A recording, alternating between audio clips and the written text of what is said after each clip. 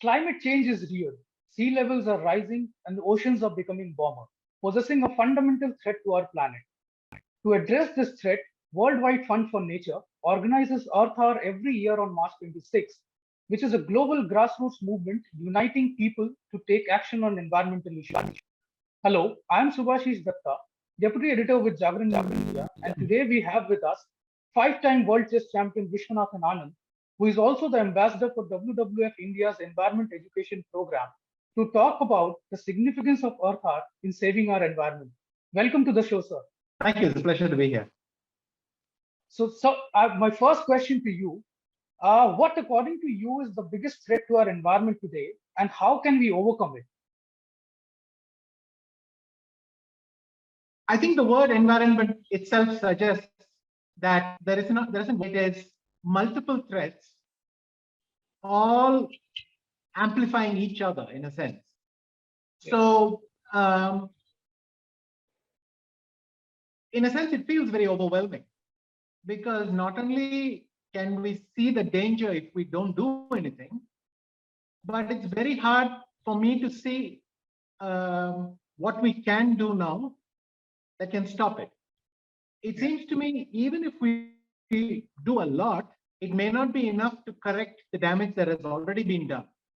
So at the moment, we are trying to restrict the damage to damage already done. Yeah. Hopefully, I mean, we talk about the resilience of nature. By this, we mean that the natural world reverts to its state quite fast if we stop, polluting, disturbing it. Yeah. And we hope that is enough to avoid the worst. It is multiple things. It is, first of all, what we're doing to the atmosphere, carbon. That is the biggest problem and maybe the umbrella problem. But then you have all these little factors, which is, it doesn't have to be thought of as a problem somewhere else happening to something on the planet, as if it's very removed. It's what we experience in our cities. It's the quality of life. It's all that as well. Yeah. It's the possible extinction of species. It's the change in the seasons. Yeah. Change in rainfall. I mean, everything happening at the same time. And that's what I think makes it very, very hard. But we have no choice. Hopefully, we see that we have to address it and deal with it. But it's a colossal problem. Yeah. So, like you said, but damage has already been done, and probably it is very difficult to reverse that damage. So, I think one of the biggest steps toward it to get everybody's attention on this issue. So how would what would it take to get everybody's attention on the issue of protecting our environment? I believe that, well, the only thing you can do is to keep bringing it to everyone's attention. Yeah. And I don't mean us and them. I almost mean us and us. There are times in the day when I'm very worried about what's happening. And then there are times in the day when I've had enough. Yeah. There's only so much worrying I can do, and I get on with life. And so, in a sense, it's almost a conflict. Part of you, well, for being human, you need to get away from this, and you cannot be living in doom all the time. But part of you needs to acknowledge that it's not gone away. We haven't solved it. So, the real challenge for us is how do we deal with a very serious problem without getting depressed ourselves. I think maybe the only thing our species is really good at is optimism, and it would be a pity if we lost that as well. Yeah. So, we have to keep bringing it up because it's an unpleasant topic. People don't want to deal with it. They like many things, many comforts and things like that. And it is depressing to bring it out, but at the same time, I think it can be brought out quite nicely. Nature is something that we cherish and enjoy, not something that threatens our creature comforts. It's something we enjoy, we benefit from. With small corrections, we can make a small difference. As individuals, that's all we can do. And how do you, I still feel behavior is the best way. Behavior is the only thing which can substitute for technology on this scale. So if all of us were choose to be a little bit more energy efficient, we all choose to put ourselves through a little bit more trouble during the day. And this has to be a conscious effort because we tend to go towards comfort. But if we all make small changes to our behavior and we do it voluntarily, the effect is equivalent to some huge breakthroughs. Yeah. So, I mean, the breakthroughs generally take the assumption is that we won't change our behavior, but they have to change the technological environment. I feel that we can also do this. I mean, the simplest thing is putting yourself to some discomfort to not use plastic, to not waste electricity, to turn off lights. But that is just an example. I think collectively you can do much more. Yes. Also, caring for big wild spaces. I mean, I've come to appreciate that much more than even I used to before, because you know, you see the photos, you see the planetary scale of this thing disappearing. I mean, you see the photos from 1970 and now, and you realize we have lost another 20% of space or 20% of snow-filled, snow-covered regions. We have lost another 20% of the forest. That is also there. My message would be, and this is personal, that getting depressed doesn't solve anything. We should continue to live like we live, but be aware of the problem and try to make a difference. So that's what we can do. Yes. Moving on, I mean, every year Earth Hour is celebrated all over the world, and with a very positive message. This year too, on March 26th, the lights will be shut off, and in a steps towards the right direction. So, what would you like to say about this entire movement, the Earth Hour movement? It's a fantastic idea. It's to get people to think that, you know, one day I switch off the lights. Let's see what happens. Do we really miss it that much? You don't have to. You just switch it off for an hour, Earth Hour, and you realize it wasn't that bad. I switched it off for an hour. I got a chance to sit and quietly enjoy the view from my window. I got to see a few more stars than I would have. I heard some sounds, and it wasn't that terrible. And it gently gets the message across. And it's a time every year when we remind ourselves of what we must do the rest of the year. The rest of the year we may not coordinate it as much, but we can all do that a little bit where we say, let me turn everything off and go outside a bit. Let's just also see what it is we're trying to preserve, what, the positive side of it.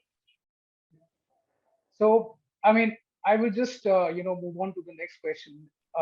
We all know that, global warming is a very big issue, and especially in the times of pandemic, we are dealing with the pandemic for last 2 years. Activists all over the world are worried about the environment, and people believe that, pandemics will come, with the global warming on a rise. So what do you have to say on this entire issue? First of all, whatever I read about the subject and what I read about experts who work in the field, and is that it's not easy to fix. It's at a simplified level. It's one of these things that can't be easily reversed.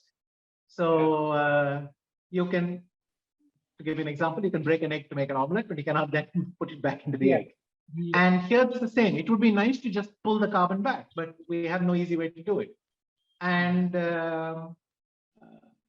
unfortunately, I think society, the way it works, the way the global financial and economic system is built, there is a certain amount of incentive to take advantage of natural resources. And in the process, historically, we have not been conscious of the damage it does, or we have not tried to measure it. I mean, it's not like 1,000 years ago, people could not see that they were losing something while getting something, but they were not measuring it quite as much as we do now. And now we measure it much more. And how do you balance that? This is not easy because the obvious solutions often have unpleasant side effects, which then revert. So, for instance, if you preserve greater natural areas, but the poor people who are looking for some sort of sustenance there are then deprived of that, well, they might get more destructive. How do you balance all these competing things and reduce? So when I was young, I used to think if we were all aware of the problem, we could solve it. And now, even with a lot of more awareness, it's very hard. But again, what you can do without hurting yourself, you should do. You have to do. And for me, the real crime is thoughtlessness. Yeah. I can accept that someone did something they needed to do, but if you don't need something, you're just simply lazy to get off the bed and do something, that feels particularly bad. So, that's a good place to start. Let's start with the little extra discomfort, the little compromise we can make here and there, and we'll work it up. In the meantime, I now accept that we will not stay within 1.5% very easy, 1.5 degrees Celsius very easily. It is quite likely to be maybe a degree above that. And I think we should also stop thinking of this as something that's happening in the future. We see the effects now. We feel the effects now of this 1 degree. In fact, we've been feeling the effect of 0.5 degree and all for years past. But it's quite a clear thing, and it is unpleasant. But I have some hope that when there's always been this counterbalancing view that when pushed to the wall, that our species will somehow invent its way out of a problem, that necessity is the mother of invention. It's a bit glib, but I don't dismiss it. I think it is a valid point that in desperation, we will probably find some way to cope, but nonetheless, we should get the best possible playing hand we can for the future. Okay, and when we talk about India, so India, the Indians, they have a different set of values and different set of mindset as compared to the Western nations, where people are seeing the climate change and the adverse effects of climate change. So from India's point of view, what do you see that that the threats do possess from India's point of view? So how would you like to address those threats?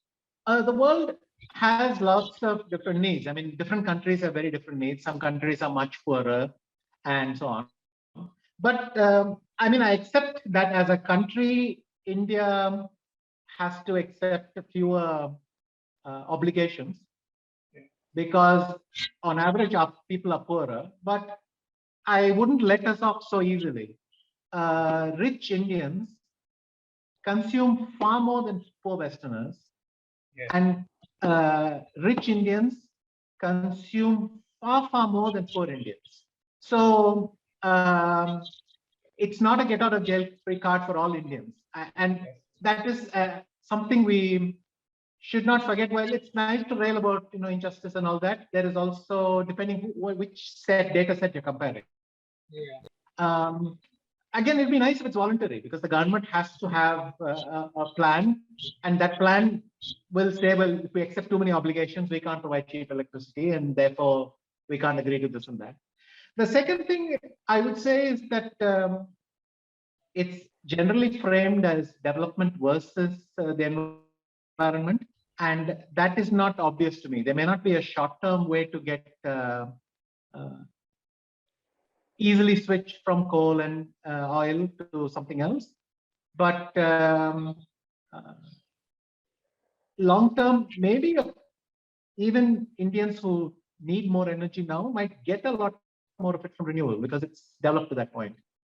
So hopefully we will skip a lot of the coal and oil stage and we will get directly here.